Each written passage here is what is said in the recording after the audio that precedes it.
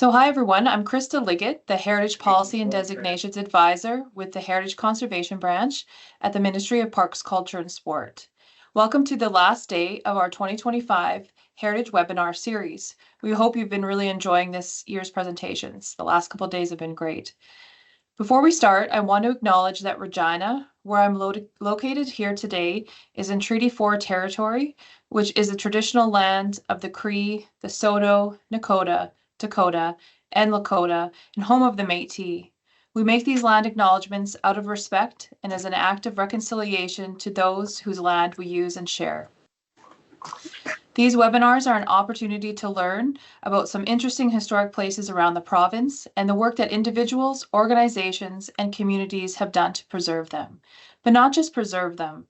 The historic places that we've been hearing about and we'll hear again about today are still serving their owners and their communities in a variety of important ways. As the title of the webinar series implies, historic places are important not only for connecting us with the past, but also for the contributions they continue to make today. Today, we'll hear about prominent Canadian sculptor John Nugent and the very well-known Saskatchewan architect Clifford Wiens, who designed the one-of-a-kind John Nugent Studio that is also a designated provincial heritage property. This presentation will introduce you to a truly novel structure and explain its current how the current owners are working very hard to ensure its conservation and ongoing use. There'll be time for questions at the end of the hour. So I'll ask that you just hold your questions until then. And also, if you think of them, you can just pop them in the chat as well, and we will get to them at the end of the presentation. I'll ask everyone to keep your cameras and mics turned off. And just helps with everything going smoothly with the technology and photo sharing. So our presenter today is my colleague, Brant Hryhorczuk.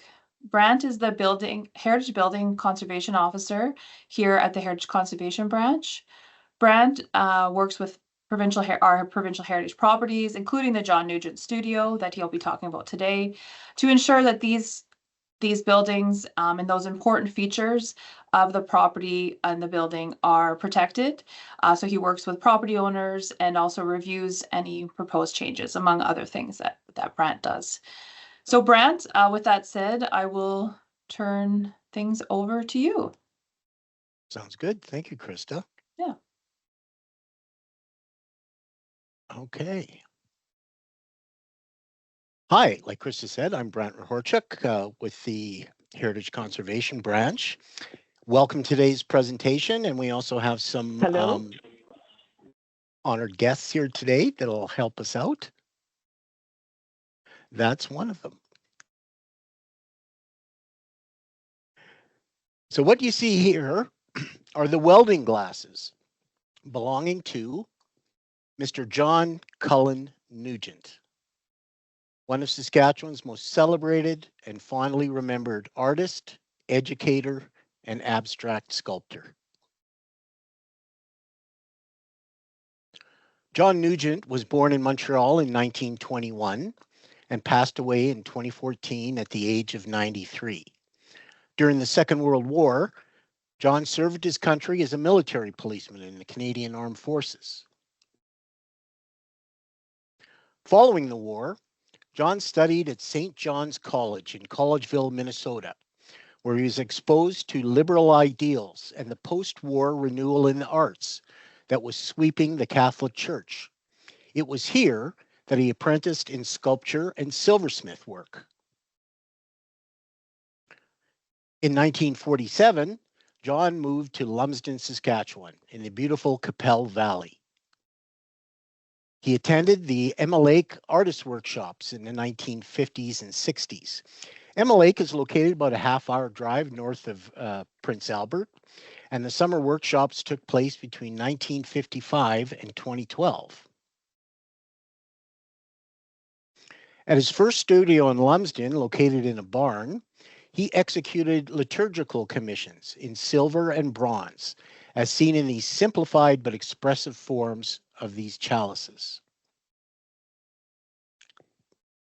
His metalwork also included candle holders and crucifixes. As a sideline, John Nugent made candles with wicks specially crafted with beeswax bought from the Beekeepers Cooperative in Tisdale, Saskatchewan. The wicks were treated with a solution of which the ingredients were a trade secret. I'm going to call on one of our guests if he's here now, Mr. Rand Teed, a gentleman who used to work with Mr. Nugent. Rand, are you there? I am here. The candles are fascinating. I'm sure you were involved in the process. Is there anything you'd like to share with our audience today about the candle making process? Well, it was a really beautiful process, and I think you need to understand that there was probably 100 gallons of liquefied beeswax in a large vat, and you can imagine the beautiful aroma that that would produce. And so those wicks that he's stringing in on the picture on the left, I know the secret recipe, but I'm not going to share it. Would um, uh, be dipped into the vat, and it was on a carousel, like a merry-go-round, and I think there was 8 separate racks of wicks, and you dip one in and move the carousel around, and then dip the next one in, and after you went around to the 8, you had to let them cool. So you would go and busy yourself with something else and then come back and dip them again. And depending on the size of the taper, so the ones on the right are about 3/4 of an inch, um, those would take about 10 to 12 dips, but some of them were up to 2 inches uh, in diameter.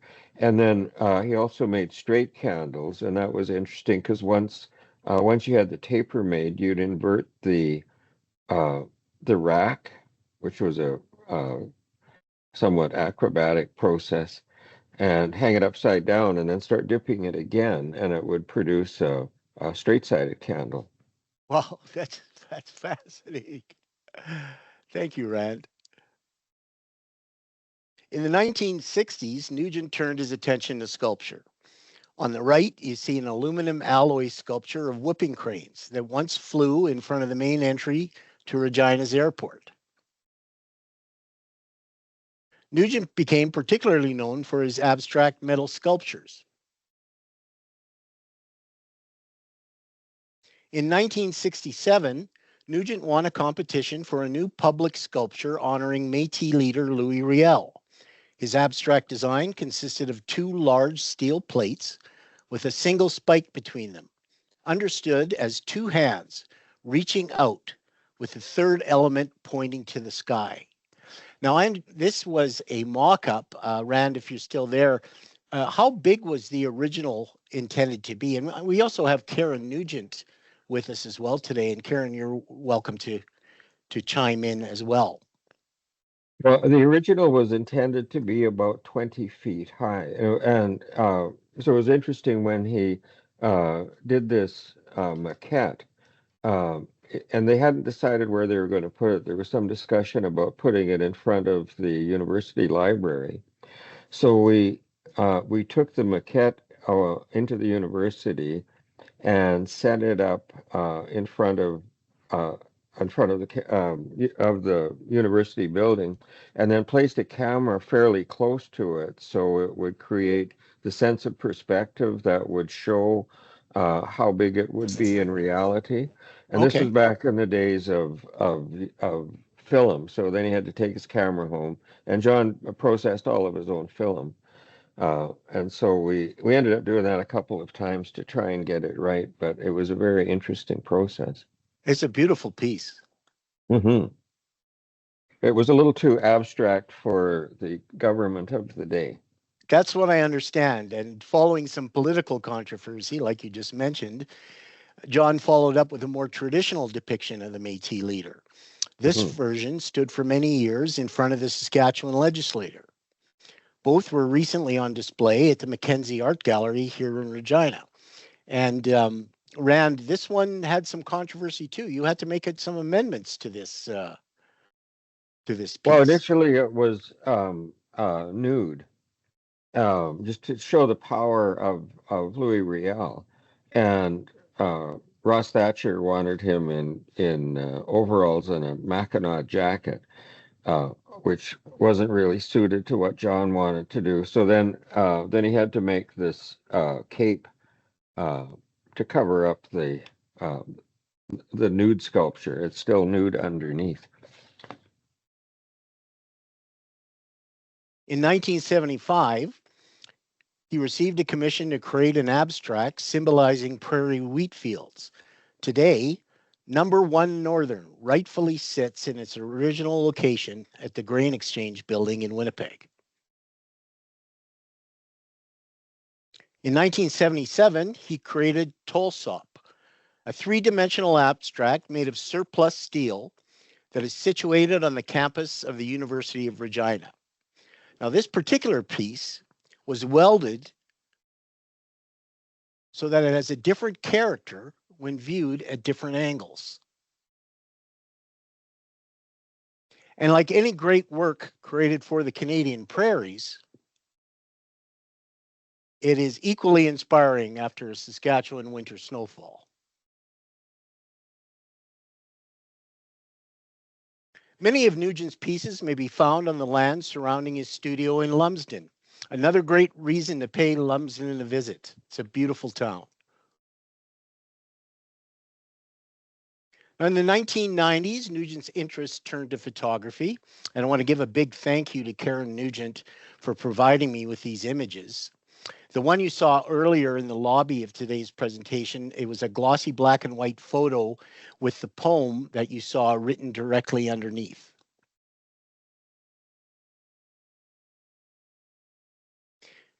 His photos captured scenes of prairie winters, including a series of unique winter snowdrifts. Like his sculptures, his photographs were widely collected in Saskatchewan and beyond.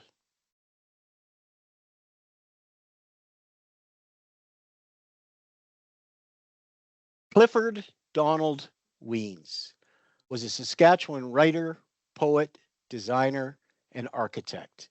He was born in 1926 and passed away in 2020 at the age of 93.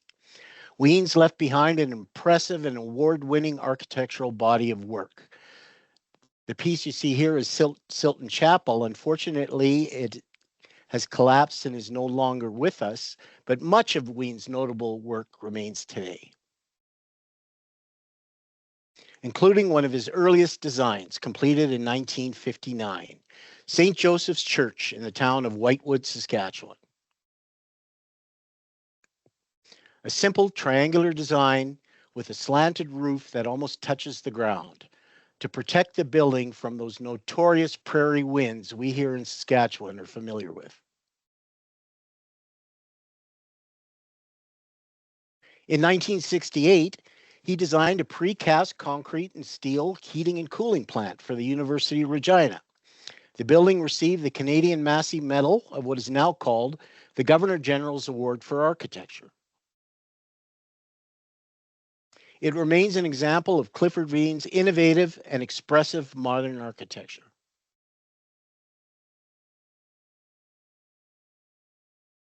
In 1983, he designed the building for the CBC studios in Regina.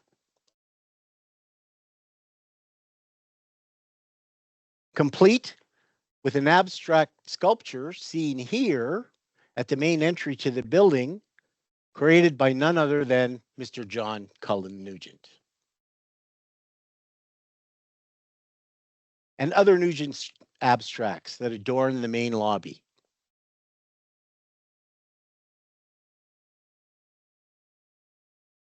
The design for a new Prince Albert City Hall was completed in 1984. But Clifford Wiens did not confine himself to large projects. Actually, some of my personal favorites include his smaller endeavors, like these 1971 teepee-inspired picnic shelters, of which 2 remain in Saskatchewan provincial parks. Our parks actually have plans to restore one located in Pike Lake Provincial Park, and at Echo Valley Provincial Park, we have plans to replace these non-original asphalt singles with the original cedar. We also plan on adding a commemorative plaque describing the work of Clifford Wiens as being responsible for this beautiful structure. The shingle restoration is good news too, because this design won a 1975 American Institute of Architects Award from the Red Cedar Shingle and Hand Split Shake Bureau.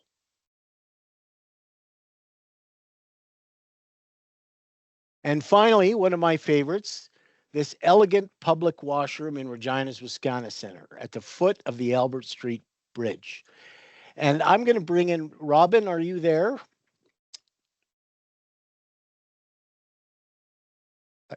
You can turn, if you're there, you can turn your mic on. Okay. Robin Wiens Patra is the daughter of Clifford Wiens, and she's joining us today.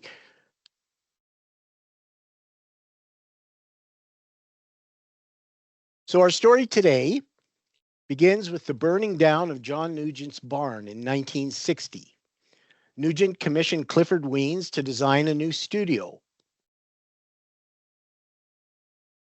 The John Nugent studio was designed by Clifford Wiens and was constructed by both Mr. Wiens, Mr. Nugent over successive weekends with the help of fellow artists Kenneth Lockheed and Roy Kiuka.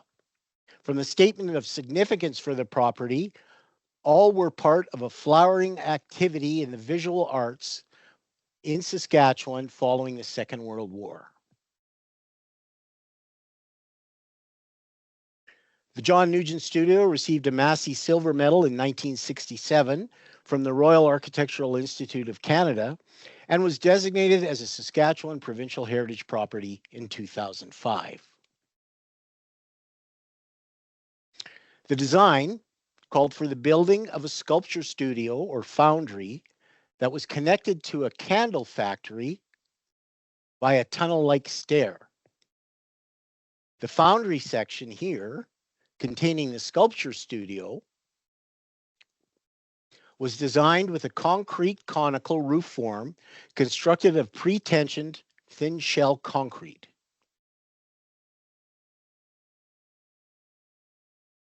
The base of the roof above the dry laid fieldstone wall features a concrete ring beam that you see here. This beam allows the roof to appear to float on a complex and delicate structure of reinforcing bars, allowing a continuous ring of glass to encircle the foundry space.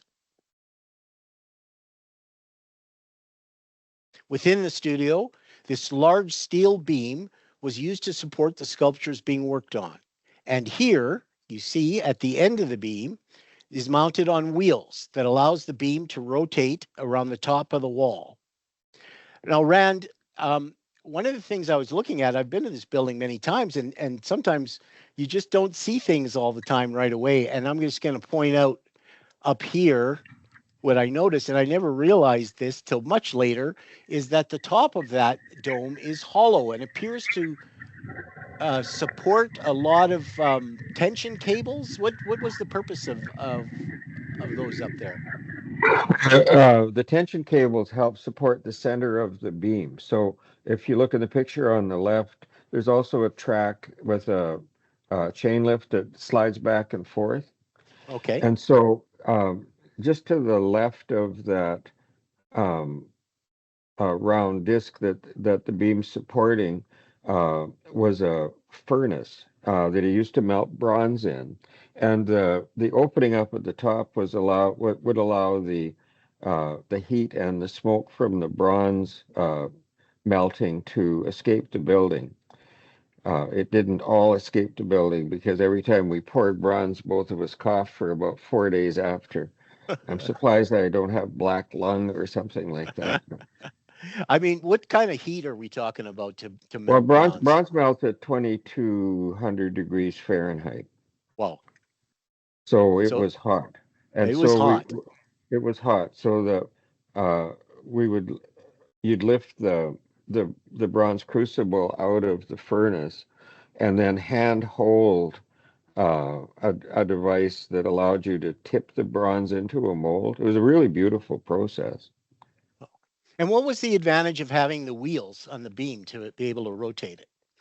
Well, so you could move that track anywhere in the building to lift whatever you wanted to lift. So the track in the center would run from one end to the other, and being able to rotate the beam allowed you to take that block and tackle to any point in the building and lift up whatever you wanted. Because he worked with a lot of very heavy things. Well, we So it saw that gave in the you, Tulsa sculpture, for example. yeah. So it gave you like a 360-degree capacity to lift and move whatever you wanted, and lift pieces and move them and put them in conjunction with each other so that you could then weld them together. That's amazing. What you see here, these circular elements that you see in this 1960 photograph, serve as the windows of the John Nugent's candle factory. The round windows are constructed of cut pieces of concrete culverts with glazing putting into the opening. These deep concrete windows serve as a perfect place to display art. As you can see here from a photo taken in 2009, almost 50 years after the building was completed, our Saskatchewan weather had taken its toll over the years, resulting in the deterioration of the foundry's roof finish, seen here at the top of the dome, and particularly noticeable at the base of the dome, where continuous water runoff and freeze-thaw cycles had resulted in the degradation of the concrete. And one of our guests today is the owner of this building, Mr. Bruce Robinson. Bruce, are you there? Just if you unmute your mic, and if you're there, you can join us.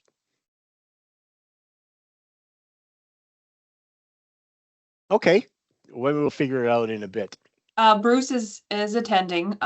If he just goes to the top and finds microphone and clicks on that. I'm trying to unmute him. Oh, there he goes. He's unmuted now. Yeah, I was going the wrong spot.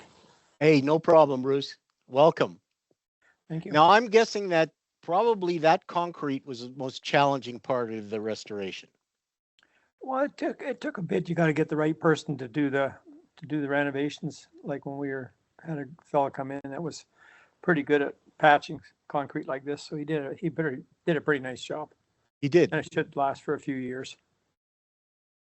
And of course, you here you are. You is that you on the roof, Bruce? It makes me look old, but I think that's me. Yeah.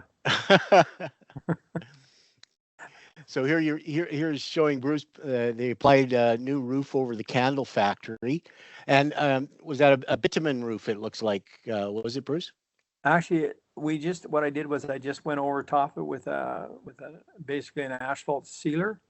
Okay. It's a rubberized sealer, and as you see from that pail there, I just heated it up to like 350 degrees in a machine, put it on there, squeegeed it over, and it seals the roof off. Saves actually replacing the roof. Yeah. And it'll last for a long time. Now I'm going to draw your attention over here to this collapsing wall that you see here. Yeah, we fixed that all up, repaired that, took all that out, put it all a brand new wall on the outside and the inside, obviously. Yeah, and you can see that it was subject to not only moisture but pressure over the years because this building was actually built into the hillside. Yeah, it was. Yeah, we had to take a bit of the pressure off by taking some of the dirt and stuff on the outside. Well, I did it from the inside with a skid steer. And here you can see on the inside how that wall is pushing in. Yeah, that's we replaced that whole wall and got rid of some of that dirt so it didn't have the pressure on it anymore. And got rid of that old furnace and stuff like that. So I guess the plan was first to take that wall out, like we see here. Yeah, that's basically what it was, get it cleaned up so that we could fix it. I don't even remember it being that dirty in there, but I guess after we cleaned it up, it turned out to be pretty nice. And in keeping with the original construction, that failed wall was replaced with a new treated wood stud wall. And you can see there on the right, exterior plywood and sheathing and Tyvek that'll help prevent water infiltration. And also they added a whipping tile down here at the base that'll facilitate drainage. Yep, yeah, we did that just more of an ongoing thing down the road. We don't want it, getting water down in there and just sitting there. So we put that drainage pipe in there. So yep, what you did is you implemented a lot of basic construction techniques that are used all over today. Yep, exactly. So here you see the installed new sheathing on the interior rebuilt wall of the candle factory. Yep, that's all treated wood. Now, I understand you made an interesting discovery on the interior. When you cleaned all the dust and dirt from the concrete, you revealed the original color of the floor. Yeah, the original color was actually green. I mean, I think we've repainted it since then, but the original color was that color. And you can see here these little pieces of artwork up here sitting in those perfect shelves created by those culvert windows. Yep, I think that's all pictures from, that Karen, I believe, and Cheryl put in there. So now around the base of the dome, obviously you can see here the concrete's been repaired and you put in blue skin. And I'm guessing that's to facilitate drainage and prevent moisture from getting into that lower wall. Yeah, it helped for sure. I mean, it's still some stuff there. I think it's more moisture. It just kind of gets in there a little bit, but it's got rid of 90% of at least 90% of the moisture coming off the roof. Yeah, just to remind everybody, you see how it looks after Bruce's great work, and this is what it used to look like. So it's a marked improvement. So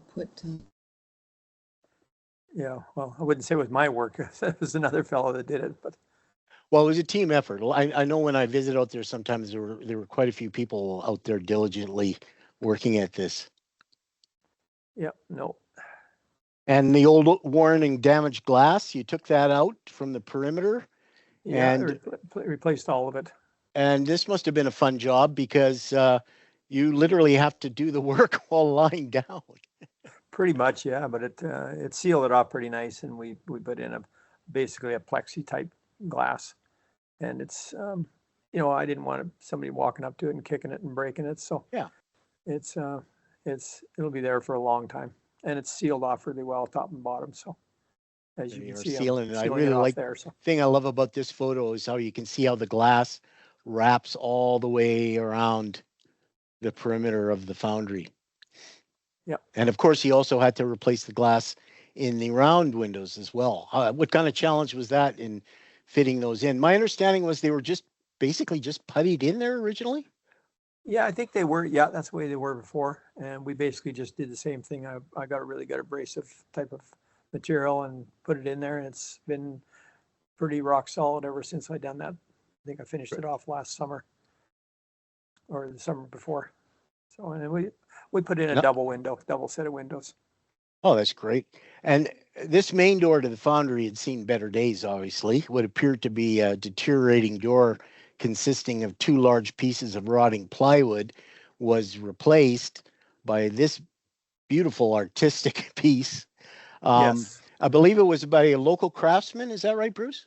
Yeah, Russ Thorelson. He's just only lives about 2 blocks away, and he basically donated his work to it, and it seals it off nice from the beautiful door. And he also, I like the way that he incorporated the metal in it in allusion to the sculptures that were being made. That was really, really beautiful touch. Yeah. And if you look at the door handles, they're really interesting. Is that a railway tie? I believe it might have been, yes. Used to affix the door handle to the door. It's a railway spike. Yeah, that's a spike. Yes, sorry. Oh, okay. And here is the company that did it. Yeah, Thor.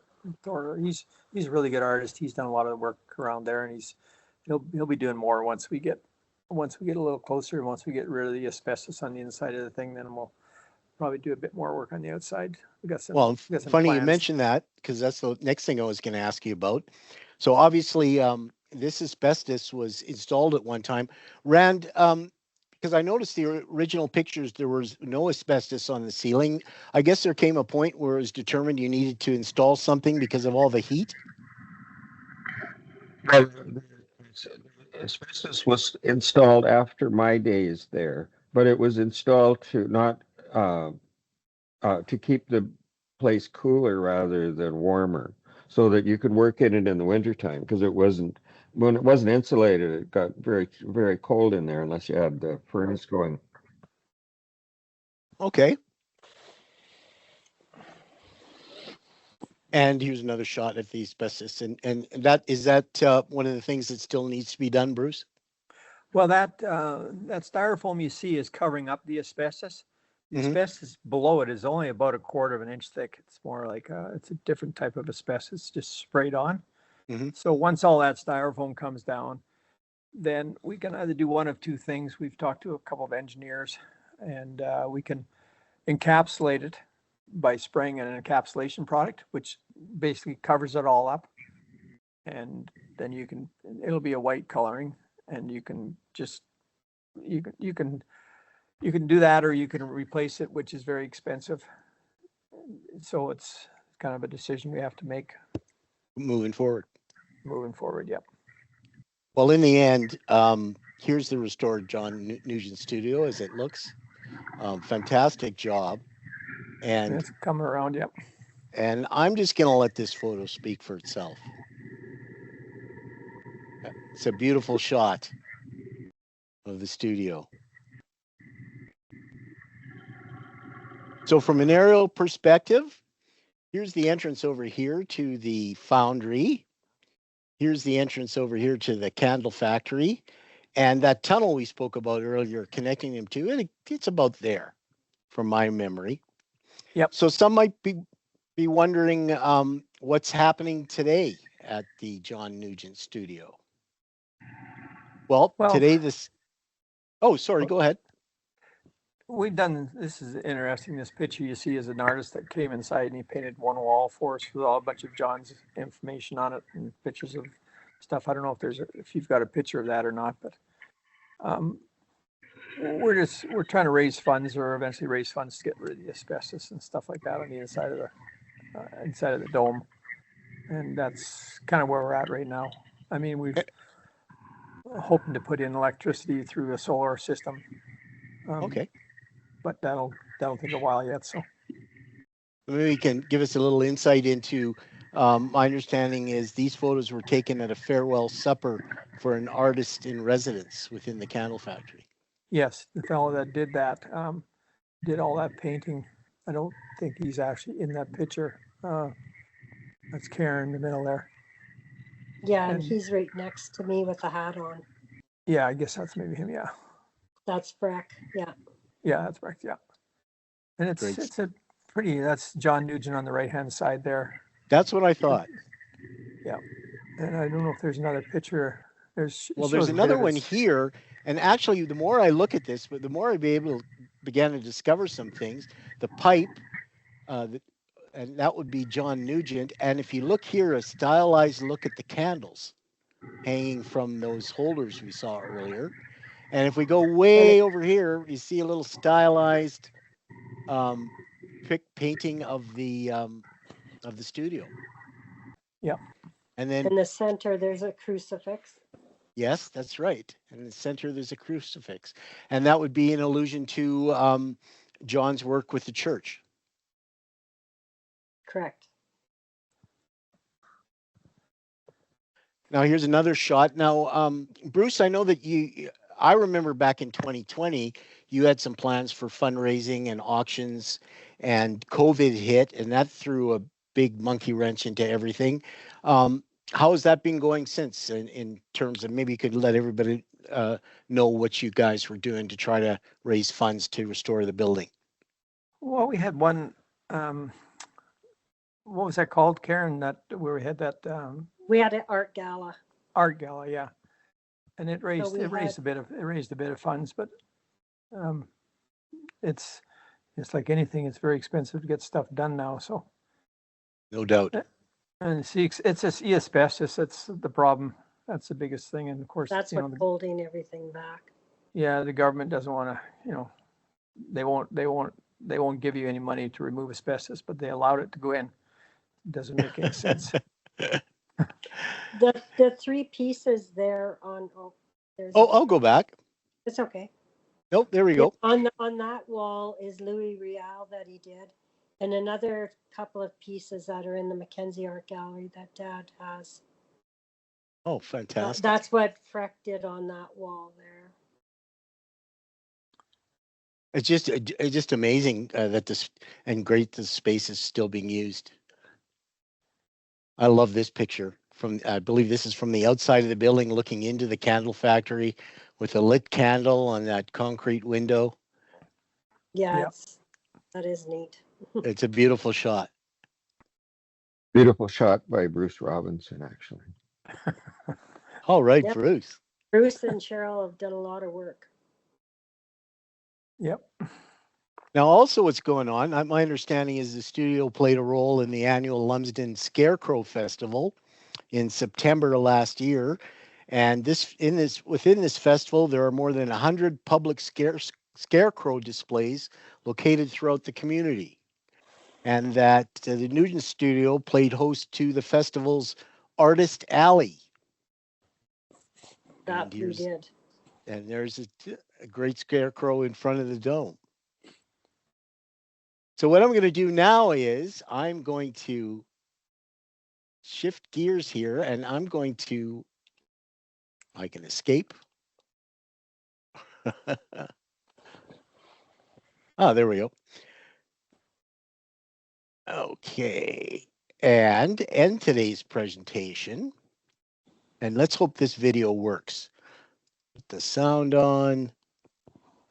And the first thing I want you to notice before I start playing this is because when I first saw it, I heard this beautiful music. And if you look in the background under this tent, you see Regina Mandolin Orchestra.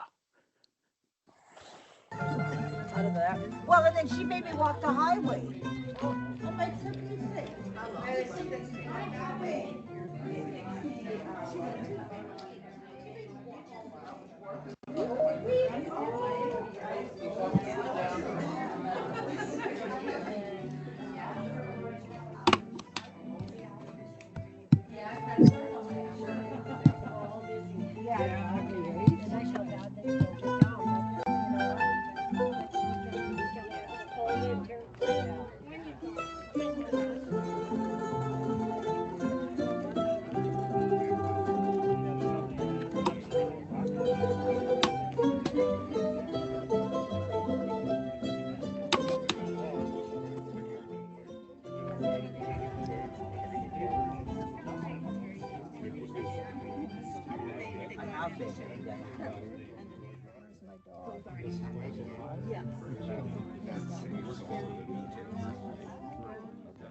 Before they take it out, what they'll do is they build this mother mold on top of it.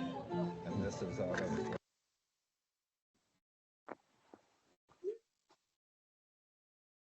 And thank you, everybody. If anybody has any questions, either for myself or our guests, Bruce or Rand or Karen, or Robin, if she's there, been happy to take them.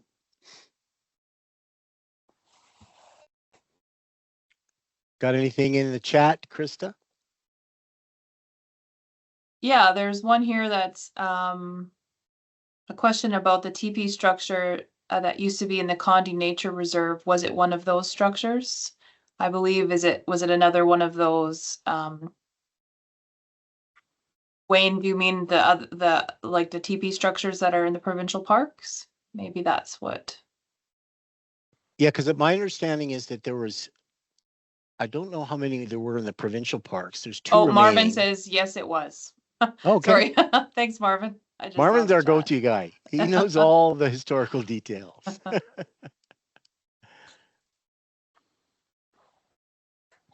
I noticed there was a question there. If anybody wants to come out and visit, that's not a problem. You can either contact myself or Karen, or you can, during the, if you just want to walk out and walk up around and see all the stuff down the pathway that I've put up on the side of the hill, on the backside of Crown Hill. it's, there's probably, I don't know, 15, 20 pieces back there, plus whatever's out in front. Oh, it's great.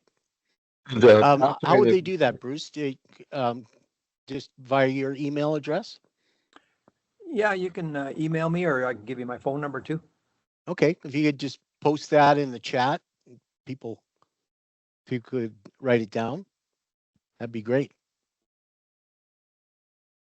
The sculpture pathway that Bruce was talking about, we've got an application in to make it part of the Trans-Canada Trail, because the Trans-Canada Trail goes through Lumsden, so it'll be a little side excitement.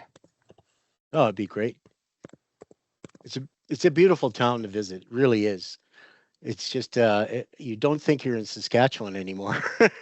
Suddenly, it's like a completely different landscape that most people associate with our province. There's just a couple comments again. One by Mika Wiens, or Micah, sorry if I'm pronouncing that wrong. Just mentioning about the washrooms and didn't realize, or not to her knowledge, they were designed by Clifford, but That's what our research yeah. indicated. Yep, that washroom, and then there are other washrooms in Wisconsin. They're kind of a ribbed concrete. They were designed by gentlemen who worked with Clifford Wiens. And then there's a question about funding for did the Sask government provide any financial incentives for restoration? I can answer the provincial one. Question is that, and then Bruce, you can maybe follow through if you applied for any grants. But for designated heritage properties, they qualified to apply for a grant, cost sharing grant offered by the Saskatchewan Heritage Foundation, so separate from us, but one of their main criteria is it's to be designated, and that's for exterior work and foundations. So, and then municipalities, it's also a designated municipal heritage property.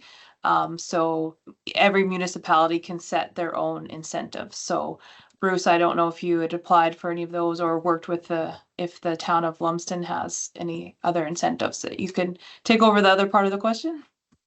We've applied for a couple of grants, and I think we did get a small one, but it's very tough when they hear asbestos, they don't want to give you a grant for that. From what I've been told, I didn't apply for it personally. I think Cheryl did that. So, and I think the town, we've asked the town, I think, to do something. I'm not sure if they've had a chance to do anything yet or not.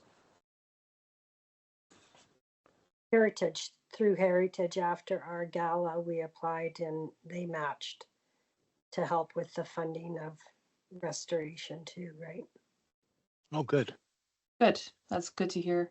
Also one more, probably for the owners, a future vision for future use by Peggy is asking, do you have a vision for its future use? Well, I actually just literally just hit send. We don't have anything planned until the asbestos is removed right now. I think eventually my whole thing was to basically donate it back to the town once it's all done. But right now we just can't really plan anything until we get it. You know, I think it would be a nice art gallery for people to come out on weekends and do their art thing and whatever, but that's something we're working with, one of the fellows that live on the property, and Karen, of course, would probably be involved in that. So I have a question. Is the candle factory part is separate from where the asbestos is? Where you? It is separated. Yeah. There's no, but I mean, you still got a walkway to go into the asbestos. To be honest with you, it's not, to me, it's not that big a deal because it's been like that forever, and it's covered up. It's not disturbed, so it's.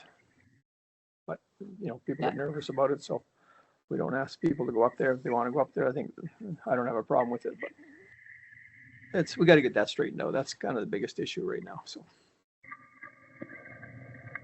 And we talked a lot about making it a community center for arts, community meeting center, perhaps artist in residence. There's a variety of opportunities there, but like Bruce said, we need to get it habitable and heated, and anytime you're inviting community in, you need washroom facilities and things like that. So lots to do, but it's a really beautiful structure and has a really beautiful history.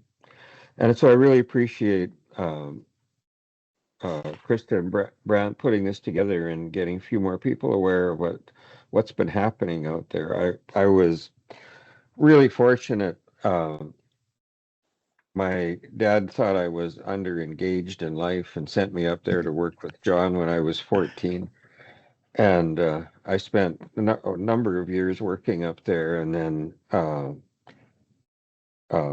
a good number of years later on in John's life, spending time with him. So it was lots of history.